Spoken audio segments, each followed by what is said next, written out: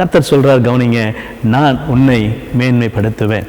நீங்கள் மேன்மையாக இருக்க விரும்புகிறீங்கல்ல, இந்த உலகத்தில் எல்லாருக்கும் முன்னாடி நம்ம ஒரு நல்ல கனமுள்ள வாழ்க்கை வாழணும்னு விரும்புகிறீங்கல்ல, ஆண்டவர் சொல்கிறாரு, எல்லா ஜனங்களும் அறியும்படி நான் உன்னை மேன்மைப்படுத்துவேன்னு சொல்கிறார். வசனம் வாசிக்கலாமா? யோசுவா 3ஆம் அதிகாரம் 7ஆம் வசனம்.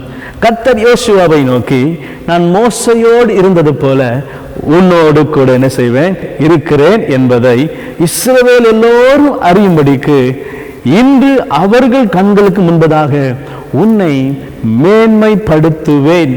ஆமென் சொல்வோமா? ஆமென். இந்த யோசுவா ஆண்டவருடைய வார்த்தையை கேட்கிற ஒரு தேவ மனுஷன்.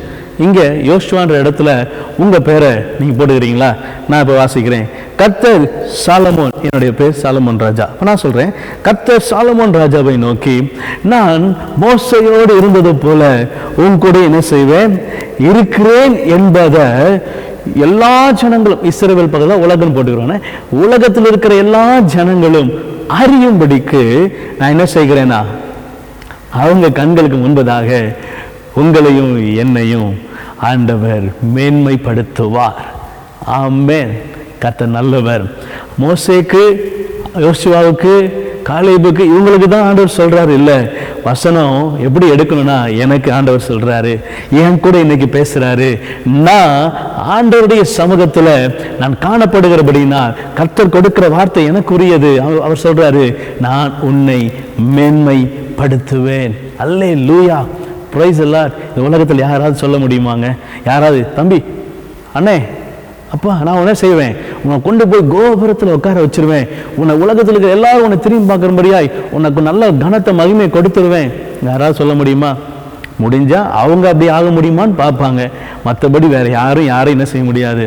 ஆனால் கர்த்தர் சொல்கிறாரு, நான் என் பிள்ளையாகிய உன்னை என்ன செய்வேன், மேன்மைப்படுத்துவதற்கு எல்லா காரியங்களையும் செய்ய காத்திருக்கிறேன். அல்லேலூயா. இதை கேட்டுக்கொண்டிருக்கிற தேவ ஜனமே, கர்த்தர் உங்களை மேன்மைப்படுத்த விரும்புகிறார். நீங்கள் மேன்மை அடைய விரும்புகிறீங்களா?